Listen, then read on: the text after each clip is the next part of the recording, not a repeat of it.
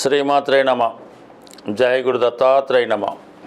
ఈ వీడియోలో మనం మిథున రాశి వారికి నవంబర్ 23 నుంచి 29 మధ్యలో జరగబోయే వార ఫలాలు పరిశీలించినప్పుడు మిథున రాశి వారికి ఈ వార ప్రారంభంలో 3 గ్రహాలు 6వ స్థానంలో సంచరించడం జరుగుతుంది. సో ఇది కొన్ని సందర్భాల్లో జాతకుడికి రవి తృతీయాధిపతిగా 6వ స్థాన సంచారం వల్ల శత్రువులపై విజయాన్ని, ఏదైనా ఇంటర్వ్యూ చేస్తున్న వాళ్ళకి, నిరుద్యోగులకి ఉపాధి అవకాశాలు లభించడం జరుగుతూ ఉంటుంది. అయితే పెద్దగా ప్రతి విషయంలో కూడా పోటీ ఎదురవుతూ ఉంటుంది. అటు అధికారుల వల్ల కానీ, కొంత దగ్గర బంధువుల వల్ల కానీ కొన్ని అనుకోని ఇబ్బందులు, శత్రుత్వాలు ఎదుర్కోవాల్సి ఉంటుంది. బట్ ఏదైనా అంతిమ విజయం మాత్రం రావడం జరుగుతూ ఉంటుంది. ఇక కుజగ్రహం, కుజుడు మిథున రాశి వారికి శత్రుగ్రహం 6వ స్థాన సంచారం వల్ల రవితో కలియడం వల్ల జాతకుడికి విపరీతమైనటువంటి యాంబిషను, పోటీతత్వం కలుగుతూ ఉంటుంది. ఎట్టి పరిస్థితుల్లో కూడా అనుకున్నది సాధించాలనే ఎక్కువ యాంబిషన్ కలుగుతూ ఉంటుంది. చిన్న విషయాన్ని కూడా చాలా సీరియస్గా తీసుకొని ఎదుట వారిపై తన ప్రతీకారాన్ని తీర్చుకునే విధంగా చాలా ఆవేశంతో ఉండడం జరుగుతూ ఉంటుంది. ఏదైనా జాతకుడు విషయాన్ని అర్థం చేసుకొని చాలా సహనంతో, ఓర్పుతో ఉండడం వల్లే మీరు అనుకున్న విజయాన్ని సాధిస్తారు తప్ప అనవసర ఆవేశాల వల్ల ఎటువంటి ఉపయోగం అయితే ఉండదు. కానీ కంపల్సరీగా జాతకుడు ఇటువంటి ఆవేశాలకు గురవుతూ ఉంటాడు. ఆ జాగ్రత్త వహించడం మంచిది. దాని తర్వాత బుధుడు, అంటే రాష్ట్రాధిపతి బుధుడు కూడా 6వ స్థానంలో సంచరించడం ఒక విధంగా శత్రుస్థానం అవటం వల్ల మనం ఎంత ప్రశాంతంగా ఉన్నా, మనం ఎవరి జోలికి వెళ్లకుండా ఉన్నా, ఎవరో ఒకరు మనల్ని ఇబ్బంది పెట్టడం, సూటిపోటు మాట్లాడడం, ఏదో విధంగా మిమ్మల్ని ఇబ్బంది పెట్టే ప్రయత్నం చేస్తుంటారు. ఏదైనా మీరు సహనంతో వ్యవహరించడమే మంచిది. మాట్లాడే విధానంతో కూడా ఎదుటి వాళ్ళు హర్ట్ అయ్యే విధంగా కొన్ని సందర్భాల్లో మాట్లాడవలసి ఉంటుంది. అది కూడా జాగ్రత్తగా వ్యవహరించడం మంచిది. ముఖ్యంగా ఆరోగ్య సంబంధించిన విషయాల్లో కూడా అనుకోకుండా కొన్ని హెల్త్ ప్రాబ్లమ్స్ లాంటివి రావడం కానీ, ఏదైనా కొన్ని చిన్న చిన్న ప్రమాదాలు లాంటివి కూడా జరిగే సూచనలు ఉన్నాయి. కాబట్టి చాలా వరకు జాగ్రత్త పడడం మంచిది. అయితే గురుగ్రహం కుటుంబ స్థానంలో ఉంటూ 6వ స్థానాన్ని వీక్షించడం వల్ల ఎటువంటి శత్రువైనా, ఎటువంటి ఇబ్బంది అయినా, ఎటువంటిదైనా చాలా వరకు మేము దాని నుంచి బయటపడే అవకాశం ఉంది. అయితే తీసుకునే ఆహారంలో మాత్రం చాలా జాగ్రత్త పడవలసి ఉంటుంది. ఏదైనా ఫుడ్ పాయిజన్ లాంటిది జరిగే అవకాశం ఉంటుంది. కాబట్టి ఏది పడితే అది, ఎక్కడ పడితే అక్కడ తినకుండా సాధారణంగా మంచి ఆహారాన్ని, ఆయిల్ అది లేకుండా జాగ్రత్తగా తింటేనే మంచిది తప్ప ఈ ఫుడ్ వల్ల కూడా కొన్ని ప్రమాదాలు జరిగే అవకాశం ఉంది. కాబట్టి సాధ్యమైనంత వరకు బయట ఆహారాన్ని అవాయిడ్ చేయడం మంచిది.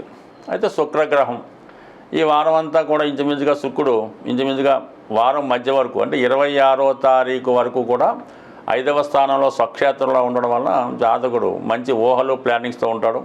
అయితే ఎవరైతే సినిమా, టీవీ, కళారంగాల్లో ఉంటారో, ఏదైనా టాలెంట్ ప్రదర్శించాలనుకుంటున్నారో అటువంటి వారికి వాళ్ళలో ఉన్నటువంటి ప్రతిభకి తగిన గుర్తింపు రావడం జరుగుతూ ఉంటుంది. ఇది ఎస్పెషల్లీ స్త్రీలకు చాలా అనుకూలత ఏర్పడుతూ ఉంది. ఎవరైతే ఈ రాశిలో ఉన్నటువంటి స్త్రీలు, మీరు ఏ ప్రాంతంలో ఉన్నా, ఏ దేశంలో ఉన్నా కంపల్సరిగా ఉద్యోగపరమైనటువంటి మార్పులు కొన్ని రావడం జరుగుతూ ఉంటుంది. కంపల్సరీ కొత్త ఉద్యోగ ప్రయత్నం చేస్తున్న వాళ్ళకి కూడా వారి యొక్క ఉద్యోగ ప్రయత్నం కూడా చాలా వరకు నెరవేరే అవకాశం ఉన్నది. అయితే ఈ శుక్రగ్రహం కూడా ఈ వారం మధ్యలో 26వ తారీఖున శుక్రుడు కూడా 6వ స్థానంలోకి వెళ్ళడం జరుగుతూ ఉంటుంది. దాంతో మీకు ఎస్పెషల్లీ మిథున రాశి వారికి స్త్రీలతో విరోధం రావడం, అలాగే ఏదన్నా మీ భార్యకో, మీ మదర్కో స్వల్ప అనారోగ్య సమస్యలు లాంటివి రావడం జరుగుతూ ఉంటుంది. బట్ ఏదైనా ఏ గ్రహమైనా ఈ శత్రుస్థానాల్లోకి వచ్చినప్పుడు, ఎస్పెషల్లీ 6వ స్థానంలోకి వచ్చినప్పుడు మాత్రం ఏదో ఒక ఇబ్బంది మీకు శుక్రుడు వల్ల, స్త్రీల వల్ల, రవి వల్ల, అధికారుల వల్ల, తండ్రి గారి వల్ల, కుజుడు అవడం వల్ల, ఇది ప్రయాణాల వల్ల, ప్రమాదాల వల్ల, మన వ్యక్తిగత అశ్రద్ధ వల్ల జరుగుతుంటుంది. బుధుడు 6వ స్థానంలోకి రావడం వల్ల చాలా వరకు కాంపిటేటివ్ మెంటాలిటీ పెరుగుతూ ఉంటుంది. కానీ ఏమీ చేయలేని పరిస్థితిలో చివరికి రాజీ పడడమే మంచిదిగా మనం వెళ్ళవలసింది. బట్ ఏదైనా అంతిమ విజయం ఈ రాశివారికి వస్తుంది. బట్ ఏదైనా ఈ రాశివారు ఎక్కువగా 6వ స్థానం ఉన్న గ్రహాల అనుగ్రహం కోసం, రవి యొక్క అనుగ్రహం కోసం రోజు సూర్య నమస్కారం చేసుకొని ఆదిత్య ఉదయం చదువుకోవడం వల్ల, కుజుడు యొక్క అనుగ్రహం కోసం హనుమాన్ చాలీసా పారాయణ, హనుమానాలయ దర్శనం, బుధుని యొక్క అనుగ్రహం కోసం విష్ణు సహస్రనామ పారాయణ, బుధవారం రోజు విష్ణుమూర్తి ఆలయాన్ని సందర్శించడం, అలాగే శుక్రుడు మెయిన్ ఏంటంటే మరి ఎలాగా ఈ మార్గశిర మాసంలో మనం ప్రవేశించాం కాబట్టి ఈ రాశిలో ఉన్నటువంటి స్త్రీలు ఎస్పెషల్లీ ఈ మార్గశిర గురువారం రోజు విధి విధానంగా అమ్మవారిని పూజించి లక్ష్మీ అష్టోత్తర పారాయణ వల్ల కంప్లీట్గా మీ యొక్క ఆర్థికపరమైన అభివృద్ధి కలుగుతుంది. ఏదైనా మనం మార్గశిర మాసంలోకి ప్రవేశించాం, ఎంత గొప్ప ఆర్థికపరమైనటువంటి ఇబ్బందుల్లో ఉన్నవాళ్ళైనా దాని నుంచి బయటపడడానికి ఒక సులభమైనటువంటి మార్గం కేవలం ఈ మార్గశిర మాసంలో ఉండడం జరుగుతూ ఉంటుంది. మార్గశిర మాసంలో వచ్చే గురువారాలు అంటే కొన్ని ప్రాంతాల్లో లక్షవారం అని కూడా అంటుంటారు. మీరు లక్షవారం రోజు ఇది స్త్రీలు పురుషులు కూడా ఆచరించవచ్చు. చక్కగా శుచిగా శుభ్రంగా మీరు మీ పూజా మందిరాన్ని కానీ ఒక శుభ్రమైనటువంటి ప్లేస్ని కానీ ఎన్నుకొని శుభ్రంగా ఒక పీటని అందంగా అలంకరించి దాని మీద కొద్దిగా బియ్యం పరిచి దాని మీద ఒక కలశం పెట్టవలసి ఉంటుంది. ఈ కలశం అన్నది స్టీల్ది అయితే మాత్రం వద్దు.